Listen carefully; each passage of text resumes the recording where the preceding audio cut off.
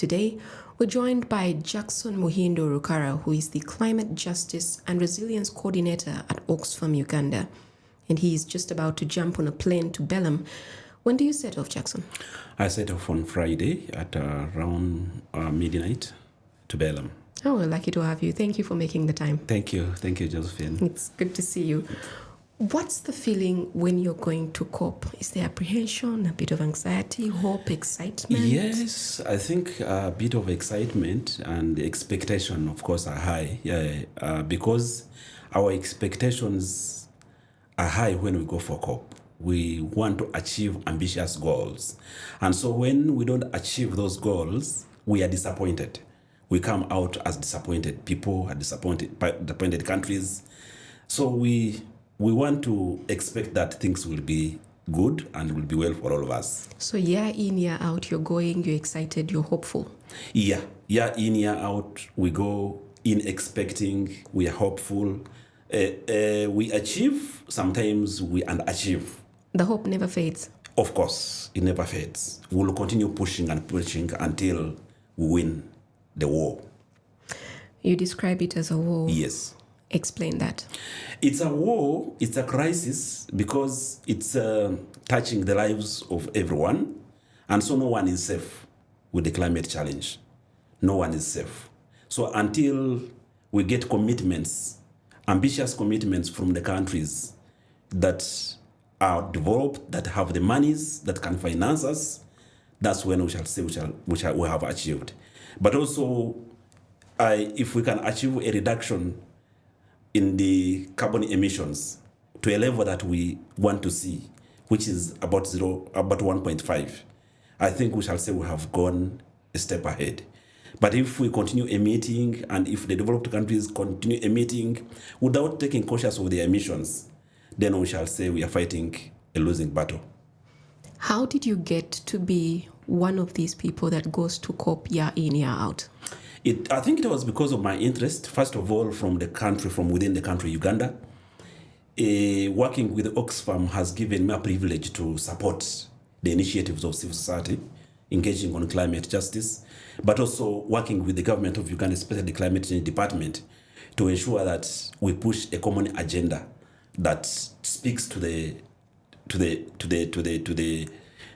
common man, that speaks to the community that we work with and the communities that are suffering the impacts of climate change. And so I started sharing our stories with the Oxfam Confederation, and that's why Oxfam kept inviting me to these meetings. The first one I attended, I think, was in Bonn. That was COP21. And I think that one was providing a learning opportunity for me, because when I went there, I didn't know how to proceed. It's political discussions, political debates. I was like, what did I come even to do here? But it's overwhelming. God, yes, overwhelming. You're talking about 60,000 people in one meeting. So it's a big campus, more than Makerere University campus. It's a big campus, and so many people. China, because this is a political debate, China as a country will bring over 500 people. And these are technical people that are coming to discuss, to defend their agenda, to defend their position.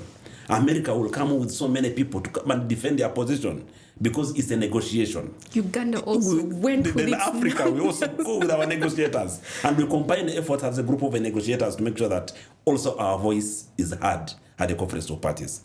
And so it was a learning. I learned a lot in the first week. And then in the second week, I started now engaging in the meetings, because we went there as observers. In usually society, we go there as observers, and so observers are not supposed to enter into the real negotiation rooms. The real negotiation rooms are political, it's government to government. And so these sit and work together and negotiate without us, the civil society. So civil society will stay out as observers, and our role is to make sure that we do intelligence of what is happening in the negotiation room. We know that some countries might not have the voice, and so we always want to amplify the voices of the people or the countries that are in the negotiation room, especially countries from Africa. So you would say that you would be joining forces with different other countries from Africa? From Africa, Yeah, especially countries that are vulnerable to the impacts of climate change. Give me an example. Uganda is one example because Uganda, look at the impacts that we are facing today, the disasters in the Rwenzori, the disasters in the Elgon, Karamoja area for the last 40 years being on food aid because of the vagaries of nature, which is attributed to the climate challenge. And so we can say that we are vulnerable, but also least prepared as a country, Uganda. Because look at the losses that we are getting as a result of the climate challenge. Losses in agriculture, losses in infrastructure, especially in the Elgon and Rwenzori. But you see, the reconstruction of these is not coming in handy. And when you ask why this is not happening, they tell you we don't have finances. We are incapacitated. And so for me, we are a country that is impacted on, but also less prepared. And so this is a country that needs support. Civil society coming together, NGOs coming together, development partners coming together to see that the voice of Uganda is felt at the Conference of Parties. And so when we reach there, we combine with other African countries to say our voice should be a voice from Africa. You spoke about aid.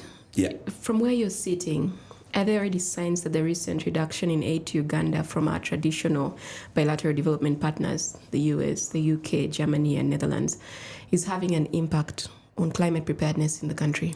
I think so much because some of those finances were supporting adaptation of farmers, smallholder farmers, for example, in the agriculture sector. And you find that now we have a gap. Organizations, especially local organizations that are supporting smallholder farmers, do not have access to this financing that could support the farmers to adapt the impacts of climate change. There were agencies that were working on governance, for instance, following up on finances to make sure that they trickle down to the people that are affected by the impacts of climate change. These governance organizations, some of them closed down. And so it's impacting on the communities, it's impacting on the implementation of adaptation interventions as well as adaptation interventions, but also crucially in addressing loss and damage. So how do we address the losses of climate impacts? Because there's no funding. And so it has impacted largely on implementation. This reduction in aid, do you see it being one of the conversations that are going to be hard at COP? Yes, it is. I think it's going to be hard because as OXFAM, we are pushing the agenda of increasing the global goal, for example, for adaptation, finances for loss and damage.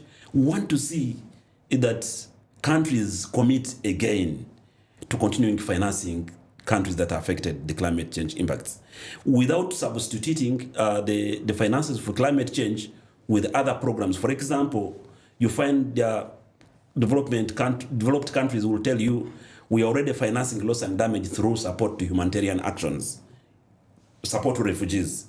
But you're saying that's not true. The support for refugees should be support for refugees. And the support for climate change adaptation should be support for climate change adaptation. So can we be able to separate these financing opportunities and so increase the financing facility? Because I think we are pushing for the 1.3 trillion, moving away from the 100 billion, whose implementation did not also come true. I think in Baku, we talked about 300 billion. Now we are pushing for a more ambitious agenda of 1.3 trillion that should be set aside for climate change, for both supporting adaptation, supporting mitigation, but also supporting loss and damage. I'm realizing very quickly that I did not even ask you to tell us what OXFAM is, what it does. We all assume we know. OXFAM is an international organization that has been in Uganda for the last, I can't be specific, but for over 40 years. OXFAM has been in Uganda. And so we are part of this international confederation of many OXFAMs working in over 70 countries and fighting inequality and poverty. Those are the two things that we do, fighting inequality and poverty. In Uganda, we are working on about 4 programs. One is humanitarian response. And humanitarian response, again, we are trying to fight the inequality that is perpetuated to refugees because of the conflicts that are happening in their countries of origin. So how do we support them with livelihood options? How do we support them with clean water? So we are into water and sanitation for refugees. We are into livelihoods for refugees. We are into gender and social protection for refugees and their host communities. That is the humanitarian component. We are working on livelihoods. We know that people need food and money in their pockets. And so we take in regard the poverty situations that are wrecking most of the communities in Uganda. And so we are informed by the poverty assessment reports of the country to design our actions on livelihoods. Aim is to make sure that people have food to eat, but also have excess of that food to sell to get money into their pockets. Working with smallholder farmers, working with youth, working with refugees. The other component is looking at governance and accountability. We know that livelihoods cannot be improved if accountable governance is not effected. And so we make sure that we support governance mechanisms at local government level, at society level, to ensure that people who have the mandate to support, who have the obligation to support communities, are really supporting the communities. And that the finances that are supported by the communities reach those people that are affected. So that's under governance and accountability. We are on extractives. We are saying the extractive industry of Uganda, especially in the area of oil and gas and the area of other critical minerals like gold, the finances should be able to support the communities that are suffering the poverty. So you're going as a representative from OXFAM. Yeah. What are your, if I said 3 key objectives for being there this time? One is to say that the polluter should pay. This is the campaign agenda that we are taking to the conference of parties, that the polluters should pay. We are calling for these developed countries to start taxing heavily the polluting organization, the polluting institutions, the industrialists. They should pay money, and that money should be able to support countries that are most affected the impacts of climate change. So through the UNCCC, under the arrangements of the GCF, under the arrangements of the Adaptation Fund, that money should be put there. That is one of the agendas that we want to. The other objective will be looking at how, at the completion of a comprehensive adaptation goal, because from the previous COPs, we have been proposing an adaptation goal, that we want a goal that is comprehensive, that will support adaptation of all countries that are affected by climate change. But in Baku, we realized there were no indicators that were inclusive. So at this COP, we are interested in seeing that the adaptation goal is complete and that it has developed indicators that are inclusive, indicators that are respective of the knowledge of indigenous people, indicators that are respective of the gender disparities, so that it is really responsible and responding to the needs of the people that are affected. That is number two. Number three will be a financing facility, making sure that the COP pronounces itself on an ambitious financing facility for loss and damage. We talked about loss and damage in the previous COPs, in COP25 in Scotland, in Madrid, COP26 in Scotland. OXFAM actually called on governments to make sure that the loss and damage topic is put on the agenda of COP, and they accepted to put on the agenda. But now what we're going to be pushing for is to make sure that the loss and damage agenda is also having a finance mechanism that is attached to it, but finances that should also be accessible, should be flexible, that can be accessed by countries, finances that can be accessed by smallholder agencies to support loss and damage in our countries. And loss and damage, I'm talking about the destruction that is being attributed to climate impacts. Losses in agriculture, infrastructure losses in the Elgon, for example, houses are lost, bridges are broken. In the Rwenzori sub-region, we have seen hospitals swept, schools swept, but who is there to come and support financing this? You find that a country like Uganda doesn't have enough budget. So we want to see that COP pronounces itself on a big finance that can come through the UN and reach the countries to address loss and damage. Jackson, you've been to COP 4 times now. This is the fifth? This is the fifth. I went to COP up to 2026. Those were 4 COPs. 2026? Yeah, COP 26. COP 26, I mean, not 26, COP 26, up to COP 26. That was around in 1997, 1999, no, 2002, this is 2025. So I think 2021, that's when I stopped going for COP. Okay. Now, again, I'm resuming to go for COP this year. This will be my 5th attendance of COP. You told me you're excited. Yeah. How optimistic are you that any meaningful action will emerge from this one? All the things that you've mentioned as your priority areas for OXFAM, how optimistic are you? We know that promises are easy, following through them is often difficult. I know. Yeah, we've been following up the discussions of the SBs, the subsidiary bodies. You know, COP is a climax of so many meetings that have been happening throughout the year. So meetings have been happening in Bonn, meetings have happened in Brazil. And the recent meetings that were in Brazil were promising. That's why we think that the COP will achieve a lot. The Brazilian government has committed to increasing the ambition on adaptation. That's their commitment as the Brazilian government, the Brazilian leadership. Commitment on increasing the ambition on adaptation because, Brazilians are farmers. They need also to adapt the impacts of climate change. So they will push very hard for financing facility for adaptation. They will push very hard for loss and damage financing. And so that's why we are a bit excited to see what comes out of this COP that will be held in Brazil.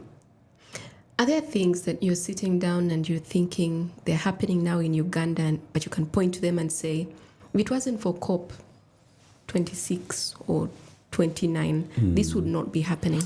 Yeah, I think, yes. Currently, Uganda is implementing a huge program funded by the World Bank on climate smart agriculture. I happen to have participated in meetings of agriculture at the Conference of Parties, working with the negotiators of Uganda on agriculture. And they were pushing for financing climate resilient agriculture.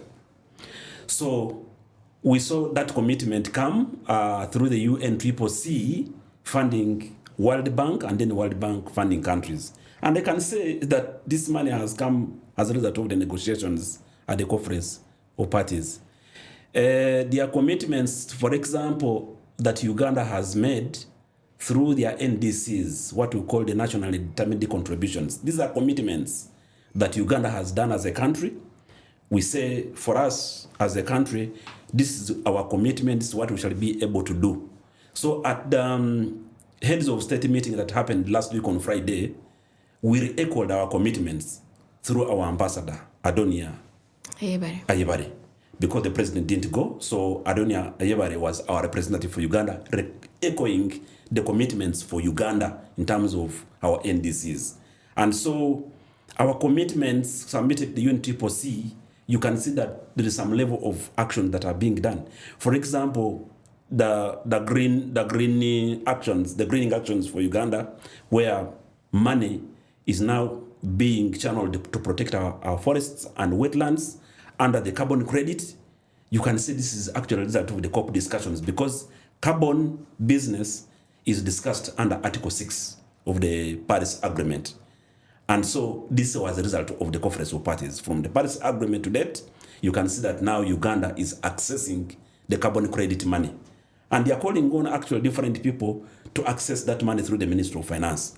If you develop a carbon project, a project that can support reduction of carbon dioxide, as it is, we studied about it, carbon in the atmosphere, then you will get the money. They will come and do appraisals, and once you qualify, you get this money from the government of Uganda. So those are achievements that we get from the Conference of Parties. I was in a meeting, I think, about a week and a half ago, and someone was just saying, we're tired of all this talk that happens at COP. So it's good to know that there are tangible things, that are coming out. Actually, if there were no tangible things, wouldn't be sending delegations year in, year out. Why are we wasting time? We would have pulled out as a country. Someone was saying that money that's sending all of these delegations could be turned around and used within the country to actually do. It's huge work. It's huge work. When you're going to negotiate for something, you need to go with technical people that understand the subject matter. But also there are so many meetings. For 2 weeks, so many meetings happening. And so you need a team, a big team of technical people that can be able to support those negotiations. And we have seen results that come with it. Because then we are able to go and convince. But also, actually, we don't only go to negotiate with the UNCCC, we also go there to meet donors. Uganda is able to meet, for example, the Norwegian government while there in those bilateral discussions. Like I have been lined up as OXFAM delegate from Uganda to meet certain donors. And I will be pushing the agenda for Uganda, especially on climate smart agriculture, climate resilient agriculture, loss and damage, adaptation. That's the agenda I'm pushing. I'm going to speak the real experiences from Uganda. I come from a community that has gotten the impact. Actually, at one time, my house was washed. Where do you come from? By River Nyamwamba, Kasese. River Nyamwamba was. My house was in the Nyamwamba Valley, and it was washed away by the flooding of River Nyamwamba. So I'm a victim of climate impacts. It explains the passion. Yes, I'm a victim. But and so when I speak about these things, I speak from what I have seen, what I have experienced, what I continue seeing every day. This is going to be the second week. Yeah, Which week is the second? COP started actually last week. On 6th. On 6th, yeah. But negotiations are going to start starting today. The opening plenary will happen because I think we are 6 hours behind Brazil. Mm-hmm. So at the moment, they're still in bed. They will wake up and the meeting will happen at 1. That's when the first plenary of COP will start. Why are you going in the last weeks of COP? We normally divide ourselves into 2 influencing groups. The first group will go in the first week. They have already gone, they are there. And so we are going to be joining now in the second week to continue with the influencing agenda as a civil society, because people get tired. People get worn out. So when you're worn out, what do? You go shopping. You go and refresh.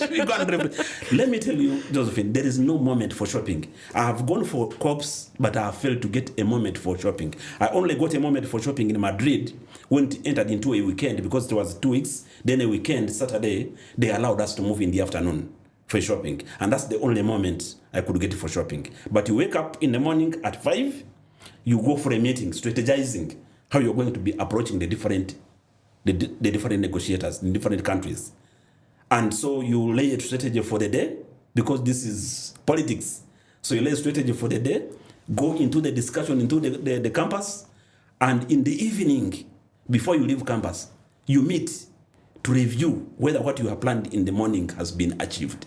Jackson, I'm hoping that everyone who goes for COP is as busy as you. I assume, I suppose I've worked with a few people, with a few negotiators from Uganda, especially the professors like Professor Makai, Professor Kadu, Mr. Muwaya Stephen, who was negotiating on agriculture, Mr.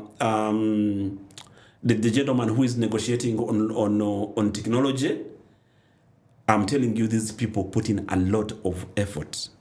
They put in a lot of effort. So they work. It's really work. Maybe very few people that go for shopping.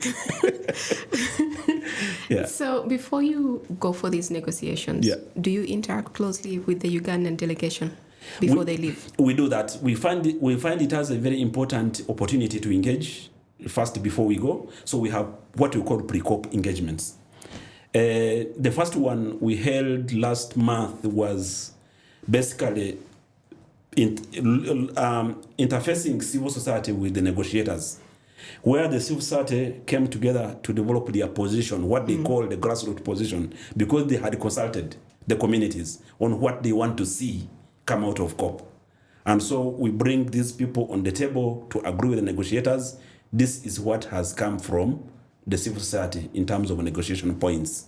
And so we interact with the negotiators, who are actually delegates of government, because negotiators are not private. They are all selected by government, from universities as professors, from private sector. People can be able to understand the subject matter and deliver it. And then we had the National Forum. So the National Forum is now bringing the different MODAs of government and civil society to sit and agree on one country position, which then government goes with as the position for Uganda.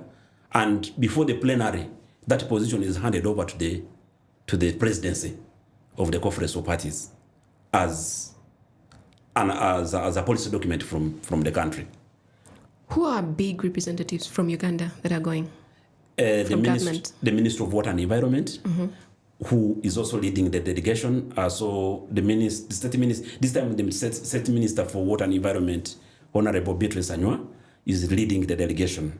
And so the commissioner of the Ministry of Water and Environment, the PS is there on the delegation, and other assistant commissioners and technical people. Then, of course, the Agriculture Department of the government of Uganda, Energy is sending, NEMA, and NEMA is also sending negotiators to join the government delegation. Technology, the Muhindo Department, Science and Technology, they are there because we need technology transfer. For example, if you're talking about mitigation options, maybe for us in Uganda, we might know that mitigation options could be related only to forestation. But there are other technologies, for example, clean energy options. Where are they? Can that technology be transferred to Uganda for it to be accessed by the people so that we can reduce emissions? Are your objectives as OXFAM aligned with the objectives of the government? True, they are aligned. They are aligned. We are talking about just energy transition, and this is what government is also talking about. We don't conflict with government in these discussions.